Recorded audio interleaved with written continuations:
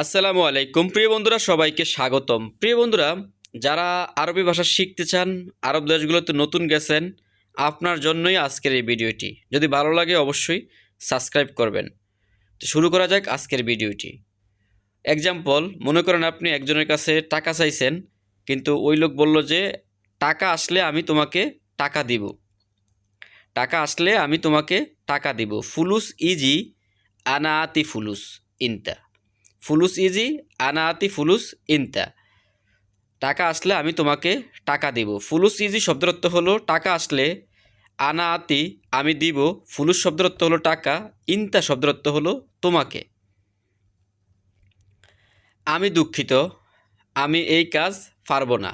আমি দুঃখিত, আমি এই কাজ পারবো না। এটা আরবি কী হবে? আনা আসিফ, আনা মাইকদার হাদা শোগল। আনা মাইকদার হাদা শোগল বা হাদা শোগল। আনা শব্দের অর্থ হলো আমি, আসিফ শব্দের অর্থ হলো দুঃখিত, মাইকদার শব্দের অর্থ হলো পারবো না, হাদা শোগল শব্দের অর্থ হলো এই কাজ। তুমি আরবি জানো? ইনতা মালুম আরবি। তুমি আরবি জানো আর তুমি আরবি জানো? ইনতা মালুম আরবি। ইনতা শব্দের অর্থ হলো তুমি, মালুম শব্দের অর্থ হলো জানা, মালুম শব্দের অর্থ হলো আরবি শব্দের অর্থ হলো আরবি। আমি সৌদি জেদ্দা থাকি। আমি সৌদি জেদ্দা থাকি। আনা মৌজুদ সৌদি জেদ্দা। আনা আমি মৌজুদ আসি সৌদি জেদ্দা, সৌদি জেদ্দাতে। আনা মৌজুদ সৌদি জেদ্দা। আনা শব্দের অর্থ হলো আমি, মৌজুদ শব্দের অর্থ হলো আসি, মৌজুদ শব্দের অর্থ হলো আসি সৌদি জেদ্দা, জেদ্দাতে আসি।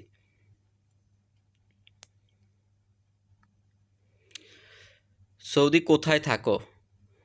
ওয়েন মৌজুদ সৌদিয়া। ওয়েন শব্দের অর্থ হলো কোথায়, মৌজুদ শব্দের অর্থ হলো থাকো বা আসো, সৌদিয়া শব্দের অর্থ হলো সৌদি, মানে আপনি সৌদির কোথায় আছেন। ওয়েন মৌজুদ সৌদিয়া মানে আপনি সৌদির কোন জায়গায় আছেন। সৌদি কোথায় থাকো বা কোথায় আছেন। ওয়েন মৌজুদ সৌদিয়া। ওয়েন শব্দের অর্থ হলো কোথায়। আমি অনেক ভালোভাবে কাজ করেছি। আনা সৌগল মজবুত সৌগল মিয়া মিয়া। আমি অনেক ভালোভাবে কাজ করেছি। আনা সৌগল মজবুত সৌগল মিয়া মিয়া। আনা শব্দের অর্থ হলো আমি, সৌগল শব্দের অর্থ হলো কাজ, মজবুত শব্দের অর্থ হলো ভালোভাবে, মিয়া মিয়া শব্দের অর্থ হলো অনেক ভালোভাবে। মিয়া মিয়া শব্দের অর্থ হলো অনেক ভালোভাবে। আনা সৌগল মজবুত সৌগল মিয়া মিয়া। আমি অনেক ভালোভাবে কাজ করেছি। আমার সাথে এখন টাকা নেই। আমার সাথে এখন টাকা নেই। আনা সাওয়া সাওয়া মাফি ফুলুস আলহিন। আনা সাওয়া সাওয়া মাফি ফুলুস আলহিন। আনা শব্দের অর্থ হলো আমার, সাওয়া সাওয়া শব্দের অর্থ হলো সাথে, মাফি ফুলুস টাকা নেই, ফুলুস শব্দের অর্থ হলো টাকা, মাফি শব্দের অর্থ হলো নেই। মাফি ফুলুস টাকা নেই, আলহিন শব্দের অর্থ হলো এখন, আলহিন বা দাহিন এখন। আনা সাওয়া সাওয়া মাফি ফুলুস আলহিন। তোমার কি সমস্যা? এস মুশকিলা ইনতা। এস মুশকিলা ইনতা, তোমার কি সমস্যা।